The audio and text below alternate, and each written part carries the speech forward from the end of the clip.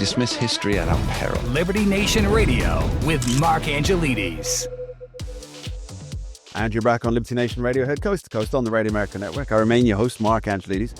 We're having a conversation with Liberty Nation's guru of everything fiscal, Mr. Andrew Moran. Thanks for joining us, Andrew. Thank you for having me. So, you had a fantastic article out this week that will have a lot of people celebrating, I think. And that's news that Scott Bessent, the Treasury Secretary, announced that there'd be some big tax refunds coming through for 2026. Before we delve into how that's going to look, by what mechanism are tax rebates due? During early next year, during the early tax filing season, that's when a lot of Americans, I think up to 80 million households, will see tax refunds at that time. According to him, quote, very large tax refunds.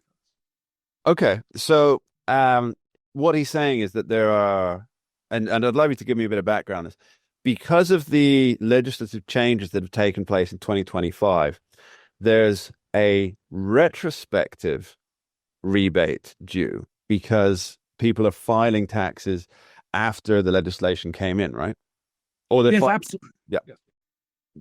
So data already from the Internal Revenue Service. A lot of people have filed their taxes retroactively, and they have received refunds. I think the last number I saw from the IRS was about so far $100 billion worth of tax refunds have been handed out because of the One Big Beautiful Bill Act, or OBBBA.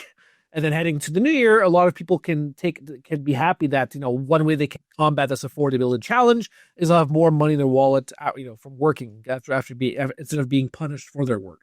It's before we delve a bit deeper into this, there's a couple of things that just popped into my head when you're saying that. One is that there's this, if you want less of something, tax it. If you want more of something, don't tax it, right? Promote it. And I've always wondered why, if you want more money in the economy, why do people insist in economies around the world? Well, let's raise the tax burden, right? It's a punishment not just for your work, but it's a tamping down on ambition, on growth, on speculation as well. Speculation is a major part of any economy, and I don't just mean on the stock market, but I mean, you're putting money into developing further revenues for your businesses. And, then it's like, well, I can either expand my business a little more, be a little bit, take a couple of chances that might employ more people, or I can hold out for the next budget crusher that's going to demand more taxes of me. Why doesn't the very basic logic that if you want less of something, you tax it, apply to work, Andrew? Yeah, well, I think the income tax is probably the most egregious and odious tax on the books today. And after that, of course, will be the sales tax, because for the income tax, you're punishing the fruits of your labor. You're working and you're getting punished for it. The sales tax, it's a tax on living. I wrote a recent article for LibertyNation.com about the property tax initiative in Florida, how Ron DeSantis wants to abolish it. And the argument was that, if you want to talk about taxes, if you need a tax whatsoever, the least worst tax, according to Milton Friedman, that's what he called it, would be the property tax. And that's the Henry George argument, whereby if you have a property tax and that covers, the essential services of government, which is, firefighters, police, education, and that's it. But everything else aside from that, I think Calvin Coolidge called it confiscatory levies. I think that's right. Yeah.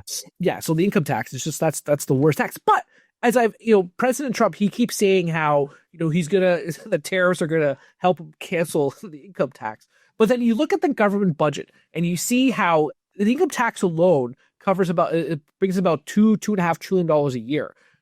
When you're running a $2 trillion deficit, how the heck are you going to cancel any income tax whatsoever? So on one hand, you absolutely would love to abolish the income tax. On the other hand, it's not realistic at all, because just look at this factoid alone. The quarter of all income tax collections go just to cover the interest on the debt.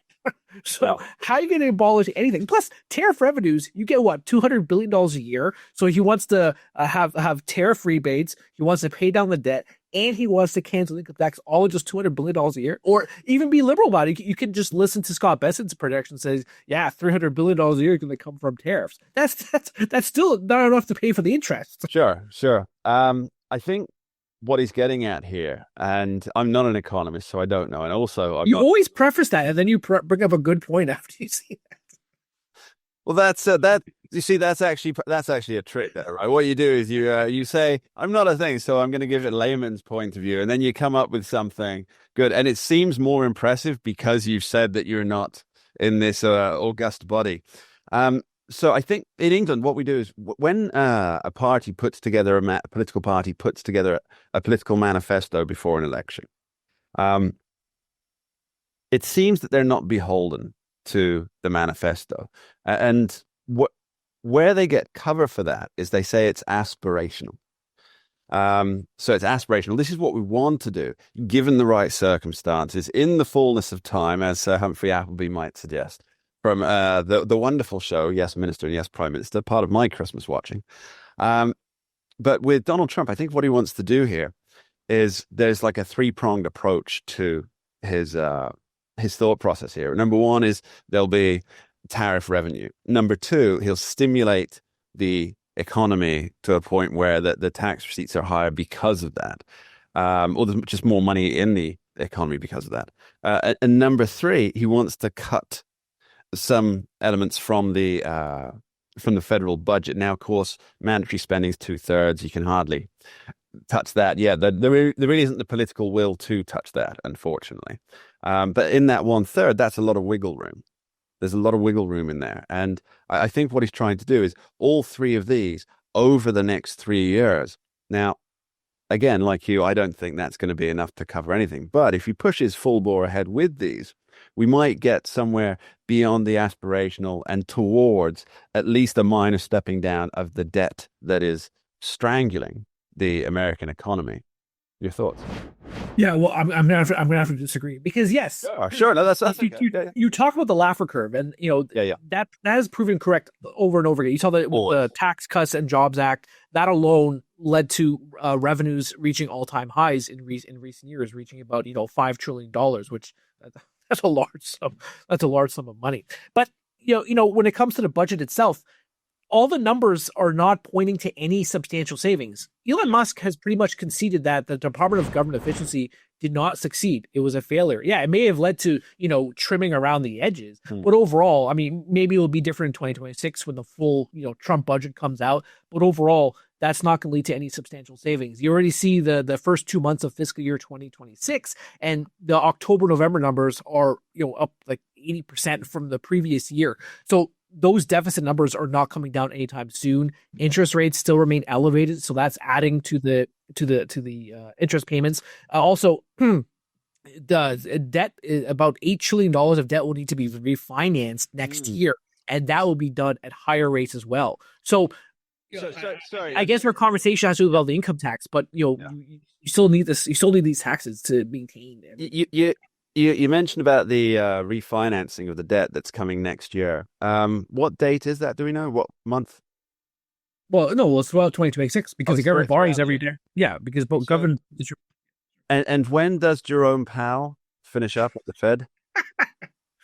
May 2026. May 2026. So there's a proportion of the debt that needs refinancing beyond 2026. Right. Now, when the new bod comes in at the Federal Reserve, are we likely to see a massive interest rate cut, or will there be will it just be more quarter point here, quarter point there? Yeah, can I ask you something? How do you define a massive rate cut? How like 1 point? At one do you mean at one meeting? Yeah. Because that would cause chaos. That would cause absolute chaos in the credit markets if the Fed were to cut rates by 100 basis points in a single meeting.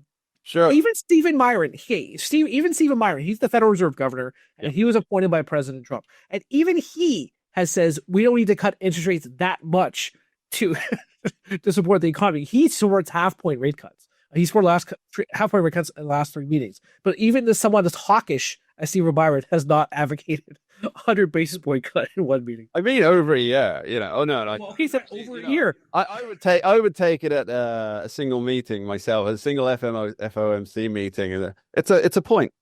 And then watch the. But I know the point you're making though is that once Jerome Powell steps down on May 26th, whoever Trump appoints, he's going to be more aggressive at rate cutting. Fine, but remember, Jerome Powell or his successor only has one vote, and I guess when it comes to Trump's point of view, he maybe have two allies in Christopher Waller and Stephen Myron if he's reappointed in January, and I guess you could also say Michelle Bowman, but they've been pretty conservative in supporting rate cuts. But all the other, if you look at the summary of economic projections, that's a quarterly survey of Federal Reserve officials on their expectations for the broader economy and policy. And if you look at their dot plot, 7 of them don't support any rate cuts at all in 2026. So, you may have, let's say Trump appoints Kevin Hassett, and Kevin Hassett's Fed, and he wants to cut rates dramatically, 100 basis points. It's my guy. He has to get the support of the 11 other people on that board of governors, or the Federal Open Market Committee. Yeah, the FOMC. So we're not likely to see that kind of cut, but we will almost certainly see some cuts if the economy and the jobs markets go as they are, which would mean we've got a lessening of the liabilities on the refinance debt, right?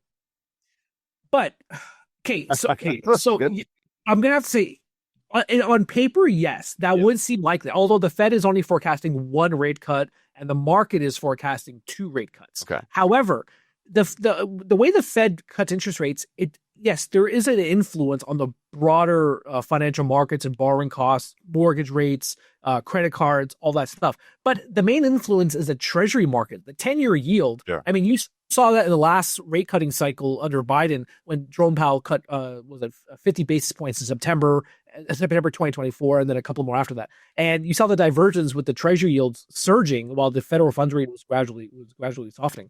And so far, it's been flat when it comes to Treasury yields since the Fed started cutting interest rates.